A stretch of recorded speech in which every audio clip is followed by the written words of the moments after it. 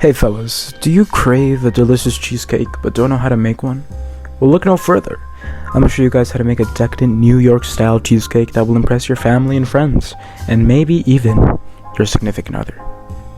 I'm just playing, guys. I know you guys are lonely as f- I'm just kidding. I love you. Alright fellas, to get started, I'm going to put all the ingredients you're gonna need on the screen right now. Alright, first off, you're going to grab yourself some graham crackers, 300 grams of them, and put them in a food processor or a blender. Once you've put that inside your blender, you're going to grab your unsalted butter. We're going to use 56 grams of this, and you're just going to pour it out onto the blender. Then pour in 55 grams of granulated sugar, and then you're going to blend that. Then you're going to get a crumbly mix that's perfect for our crust. Then grab a springform pan. I'm using an 8-inch one, and you're going to want to spray it with a non-stick spray. You're going to want to spray this a bunch, guys. Trust me, it's very important. Once the pan is as greasy as your forehead, you're going to want to pour in the graham cracker mix and then flatten it out. You can use a spoon or the bottom of a glass for this. Then put that into an oven at 350 for about 8 minutes. And in a separate bowl, you're going to add 450 grams of softened cream cheese, 110 grams of granulated sugar. Then beat that together with an electric mixer until well combined. Then add in 2 eggs, preferably room temperature, and you're going to want to add those in one at a time, mixing in between. Then please don't be like me, guys, and accidentally get a few eggshells into your mix. Then you're going to want to add in half of an egg yolk. You can do this by measuring out a normal egg yolk and then dividing it by 2. And this is a friendly reminder, guys, to please own a scale. You won't be able to complete this recipe without one, so please, guys, buy a scale. That helps you a lot. And oh yeah, I forgot, once your crust is out of the oven, you're going to want to set it aside to cool. Make sure it's completely cool before adding in the rest of your mix. Then add in 30 grams of heavy whipping cream, 28 grams of sour cream, you can also use Greek yogurt, and a teaspoon of vanilla extract. Mix that together and then add in 10 grams of cornstarch. This is used to help unify the cake in the oven and preventing it from cracking. Mix it up with a whisk to prevent any over mixing, and you can also add in a pinch of celery this part. Then wrap the bottom of your springform pan with aluminum foil to prevent any water from going in it.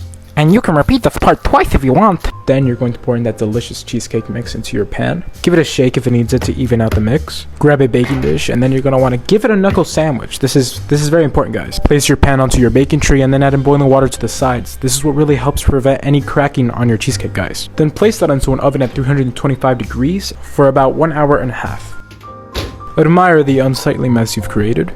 And once that 1.5 hours is done, guys, you're going to want to open your oven, turn it off, and let the cheesecake cool inside with the oven. This part is to make sure that our cheesecake is perfectly baked without any of the cracking on top. You're going to want to leave it there for 40 minutes, and once it's out, you're going to want to set it aside to completely cool down before placing it into a fridge overnight.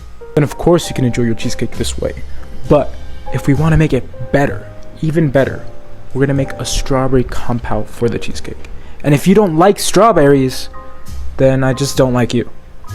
And to do this, you're going to want to take a pound of fresh strawberries and then cut them in half, of course taking off the top as well. And if you consider yourself a clean person, you can, wash your strawberries as well. And grab a pot, add your strawberries and 110 grams of granulated sugar. Mix it up to let the sugar fully incorporate, and then set it aside for 15 minutes to let the juices leak out. After those 15 minutes are done, you can set it onto a medium flame and allow it to boil and reduce for 10 minutes.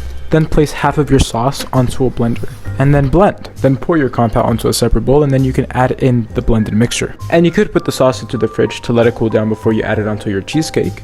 But if your cheesecake is all ready to go and you want to add it right away, here's a pro tip you can use. Okay, you're going to want to get ready an ice bath. You're going to fill a large bowl with water and ice. Then you're going to put the smaller bowl, which is your sauce, onto it. And then you're going to stir continually for a couple of minutes.